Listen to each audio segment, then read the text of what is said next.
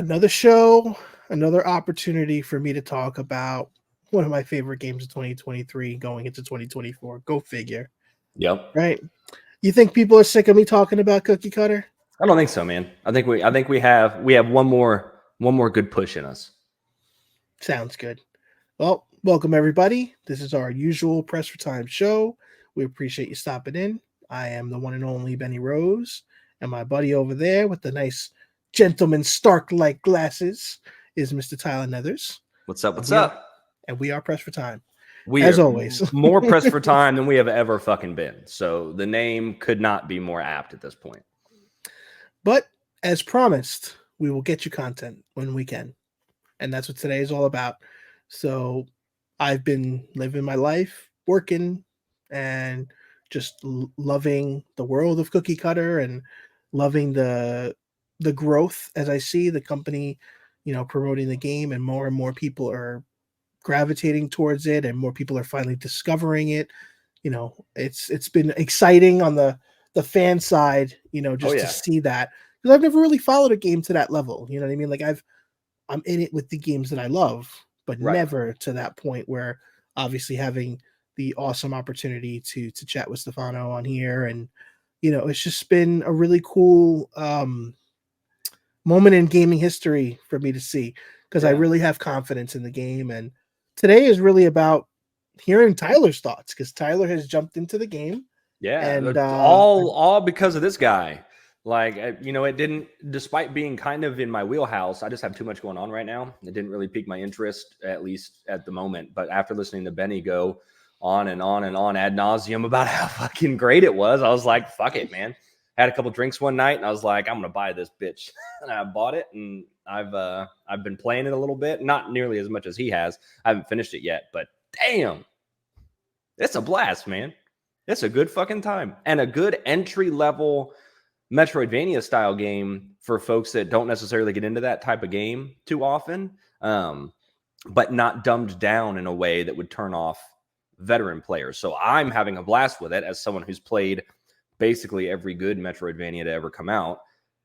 But it's also something that people that have never really dove into that genre can get their teeth into. So it walks a really fine line, and I don't think it gets enough credit for that. I have to agree. And wise words from Stefano himself. He does consider it more of a castle droid versus a Metroidvania, because, as cliche as the name may be, it is cookie cutter, but it really, in my opinion, in many cases, it is not the situation. No. A lot of people will look at it and go, oh, it's like every other, generic. On the surface, it is. But as soon Right. as you play it for 5 minutes, you realize it's not. Exactly. So the one thing I will say that kind of gravitated me right away was just the inspirations that, I've talked about on the previous shows about. It just has like this very heavy inspiration from like Tank Girl and Astro Boy, Yeah. which, like, I wasn't a big Tank Girl fan, but I did know the comics growing up with my dad in the store, and I was a big Astro Boy fan. So like even just the art style, and when the characters in the beginning during that dialogue, you see how Cherry's on the table. That's like so Astro Boy, Yeah. like when he's being created and stuff. And it's just it's an awesome mashup, if you will. But Yeah. obviously they took it in their own direction, so it's not one or the other. No, but it's definitely got a lot of homage points, like if you're watching for them without being derivative, which I think is really cool. Right. I mean, the big thing too is, the map. You get that vibe right away. As soon as you look at Yeah. the map, you know where you're going. You get that, okay, I'm going to get to a point. I'm not going to be able to get there without A, B, and C. Right. So there's a cool aspect of that. But the best part about your experience versus mine is we did talk about the fact that I played it early for review, Yeah. and there were some issues that came across that Yeah. I'd say 90% of them have been addressed. And then there's still growth that they're doing. He's talking about adding a combo counter and a plethora of other features that, he's listening to the fans and the players, For sure. good, bad, and indifferent, which is awesome. So as somebody that's played it post patch, how's the experience been? Have you found anything out of the ordinary? And No. So I'm playing on PS5. It's been it's been fine for me so far. And, I only have a couple hours in, so it's entirely possible. I feel like I remember you saying a lot of your issues came towards the end of the game. So I think I haven't reached any of the parts where you were having problems pre-launch. But post-launch, the experience has been seamless thus far. I have had 0 issues. Awesome. So with this type of game, obviously, most of our listeners know that you're a Soulsborne guy at heart, but you also love the Metroidvanias, as I do. Yeah, But we do live in a world of saturation in almost for every sure. vein, and I feel like I missed Every vein. Yeah, whatever. I'm definitely saying the wrong words. No. But it was a pun. It was punny. I didn't Metroidvanias in every vein. I love it. It was credit. I ruined it by not getting it. Yeah. Over my head. Yep. That's all right. The joke was here, gone. Well, I'm a little on the older side too, so forgive me. That's true. Dementia's setting in. We know. See, old man. Now I'm forgetting what the hell I was gonna say because we threw the pun in there. Threw the pun in. Sorry. Yeah, I derailed you. Totally. All right, so we can move on because I'm gonna waste time. What the hell was I gonna say? But I am eager to see the growth and the expansion that the game gets as far as, like we said, even just the menu aspects. And then there's certain things that they, people, even myself, had stressed about with the map. If a door is locked, there's not an icon that tells you it's locked. Right. So it's hard to remember to go back, little things like that. They're working on that, all that stuff. So rest assured that it's going to just improve from here on. Yeah. And I think about a game like Warframe as a perfect example, how it had a rocky start. I could talk Warframe all day. Right. But it's just crazy how the support has continued for so long. I don't know if they're looking to expand the game support that long, potential sequels if the demand is there down the line. Sequels for sure. I don't think there'll be support for Cookie Cutter for that long because it's not that style of game. Like Warframe that's what I mean. To expand, yeah. Right, because it's an online game. But I meant in the sense of the developer stayed with it. They didn't abandon ship. They didn't say, "Oh, let's move on to something else real quick." Oh yeah. It's obviously it's in its infancy, so it's not even 2 months old at this point. No. So there's just so much growth and there's so much potential. And it coming out at the end of the year, does it fall into a 2024 game?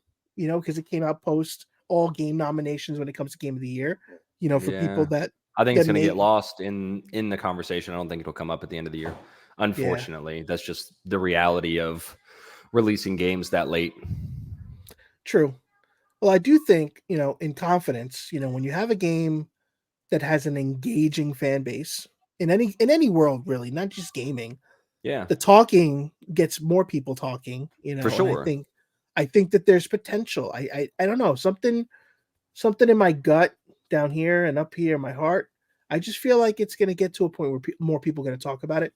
Is a game of the year material for a grand audience? I don't know. But, like I said, I remember what I was saying before now. In a world of saturation, we have so many games that are in these genres. And I always felt that Metroidvania terminology has been definitely geared more as a marketing tool. Yes. Versus the true inspiration. 100%. It's like, if I could sell you on the fact if you like Super Metroid and Symphony of the Night, you'll love this game. Right. That's not enough, because there's certain things in those games that have not been emulated still. For sure. For me, Symphony of the Night, my biggest feature that I loved was the vast amount of weapons that you found and the animation style and the weaponizing, it changed the way you played the game. Right. You don't get, more games are geared towards limiting to more powerful weapons like Cookie Cutter. Getting the fist, and I don't know how far you've gotten to that point, but I'm sure you got that already. Yeah. But that instead of finding items and chests and stuff like that, I'm not saying everybody needs to repeat that. No. But we've repeated so much of the same. Correct.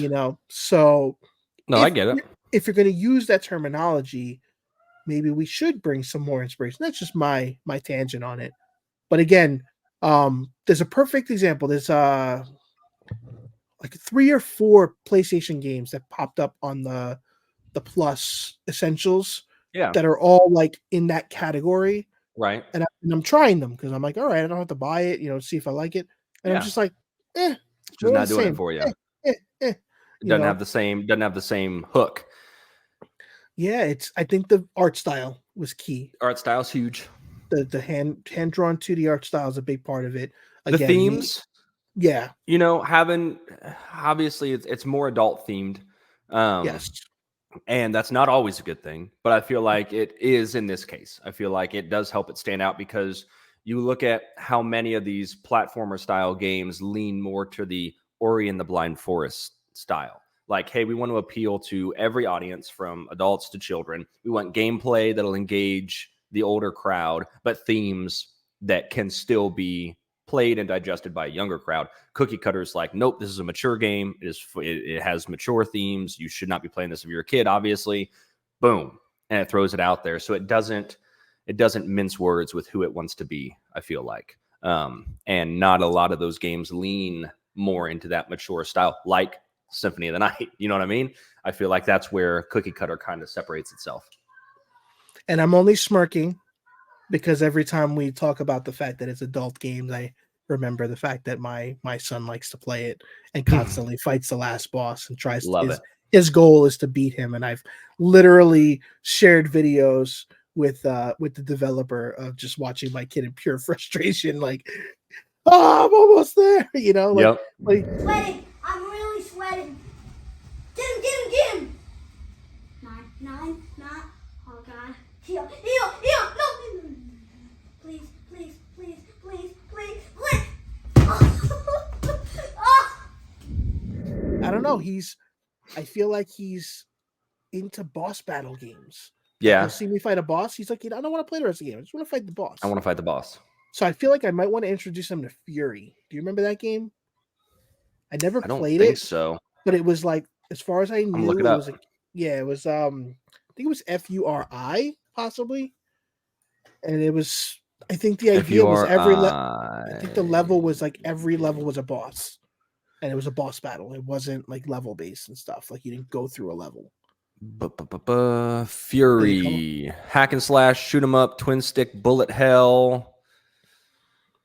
Jailer's the key. Kill him and you'll be free. Yeah, I think it was pretty much like I own it on Steam.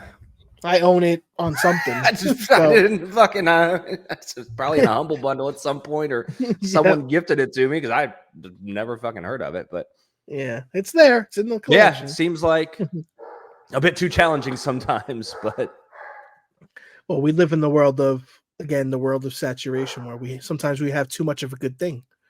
Too many games, not enough time, and you don't know what to pick on TV, streaming. Yeah, man. It's like, 1,000 movies. Don't know what to watch. Interesting. I'll have to actually I'll install this. Someone said it's the devs watched Afro Samurai and decided to make a game out of it. Nice. I like that. That's a good selling point. Yeah. Cool. So, yeah, I didn't mean to go into that tangent with that. That's but okay. Again, it's a good tangent. Yeah. I mean, again, it just shows you, like, even my kid is very particular in his games, as you know. Yeah. He's mostly into Mario. So for him to, like, kind of gravitate towards, he's seeing me doing all these crazy moves, these crazy weapons, We try getting him into Devil May Cry? No, because again, it's just a matter of I'm like throwing ideas and just seeing what hits. Like I threw because now he has a Switch. He got a Switch for Christmas, so he's utilizing my account. So he's got some of my games on it. Yeah. And there was a game that I played called Steel Assault. I don't know if you played that. Yeah. I played it, beat it, loved it, and then I was like, "Hey, give it a try." He's like, "Oh, this is too hard." I think it's just because of the jumping and the swinging and stuff. But I'm like, I think if you took the time to kind of mess with it, he might like it. Yeah. But again, like he is seeming to get more into the 3D realm. So Devil May Cry could be a good one for him to try. But he loves just fighting bosses all day. Yeah. Throw him into Dark Souls.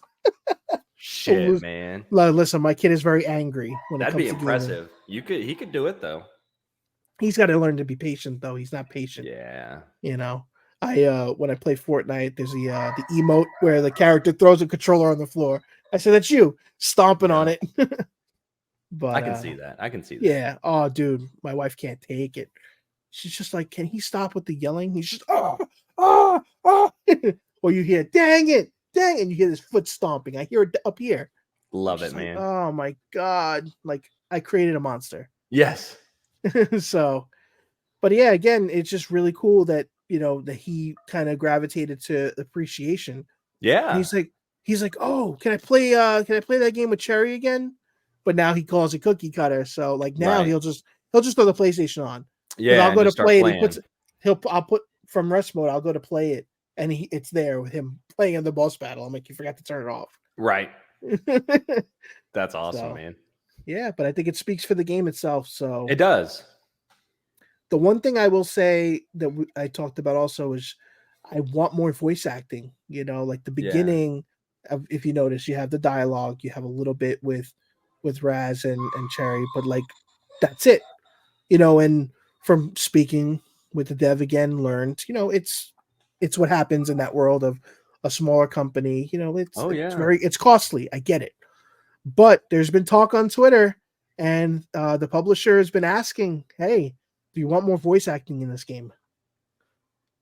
Yes, let's do it. I will replay the game again, just to kind of get that extra level of immersion.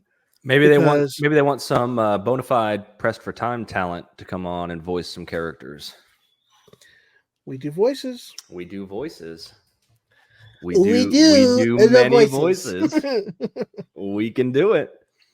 I mean, I've been a beat cop sergeant on the album by the artist known as Zenon, who And use it and turn you into a strong one. Every ounce of pain and suffering should be the fuel that you need to ignite that fire inside you and come back to us. Go back to us, Jack. It's time to get up. Get up. Get up and fight. everybody Mhm. knows from our interview. A lot of fun doing that. But Yeah. they already know. I've already hinted it. Hey, widely available. I also write music. Right? I threw it all. I could do a lot of things, and I can't draw, but I got somebody that can. Exactly. You guys know we're here for you. Oh yeah, so let's hit that real quick. Pull that up. Boom. We'll close out on a Nice. positive note here. Yeah, it was nice segue, right? Yeah. Oh, dude, it's like 100 degrees in my office here. I'm sweating my balls off, so I'm gonna go take a shower after this. It must be nice because it's like It's not 40 here. nice. We're waiting. We're supposed to get a winter snap starting next week. So this is the hot and humid before the cold and humid. I already got an email from my what's cold for you? cold, freezing. They're like, hey, Monday through Wednesday, leave all your taps on a little bit because houses down here aren't built for this. So our Yeah. pipes will fucking freeze. So they're Oh like, my Monday through God. Wednesday, leave your taps on because it's going to be actually freezing temperatures. Do you need me to send you a jacket? Yeah, I need something, man. I'm not built I'll for this s- shit anymore. Well, I'll send you a jacket that'll probably fit the whole family. There you go. But Anyway, yeah, we're gonna close this out on a great note. Talking about Cookie Cutter, talking about art. They had a great contest between the developer and the publisher, Rogue Studios. They basically had an fan art contest, and our very own Juan, he pretty much went out there and did a piece of art that I suggested. I said, "Hey, I love this game. I think you'll love it. Do art. You can win something. do art. Go artist. Go do art." So, yeah, he put this piece together. I fell in love with it just for me. I'm like, yeah, you know what? Even if you don't win, I got a nice piece of art out of it. Yeah. But he submitted, and the winner got a PS5. Well, guess what? Drum roll, please. Ah! Thank you, Cookie Cutter fans. So many spectacular submissions. We're sad. I can't see because I'm going blind. Forgive me. Sad that we and Cookie Thank you. Cutter Dev could only pick 3. Our I'm overall getting winner old. and new PS5 owner is Codex 841, who is Juan. with this absolute jaw dropper. We adore the style, punk vibe, and detail. So awesome. Juan, congratulations. Yeah, For the brother. 9 millionth time. I've said it to you directly. Tyler has been saying it as well.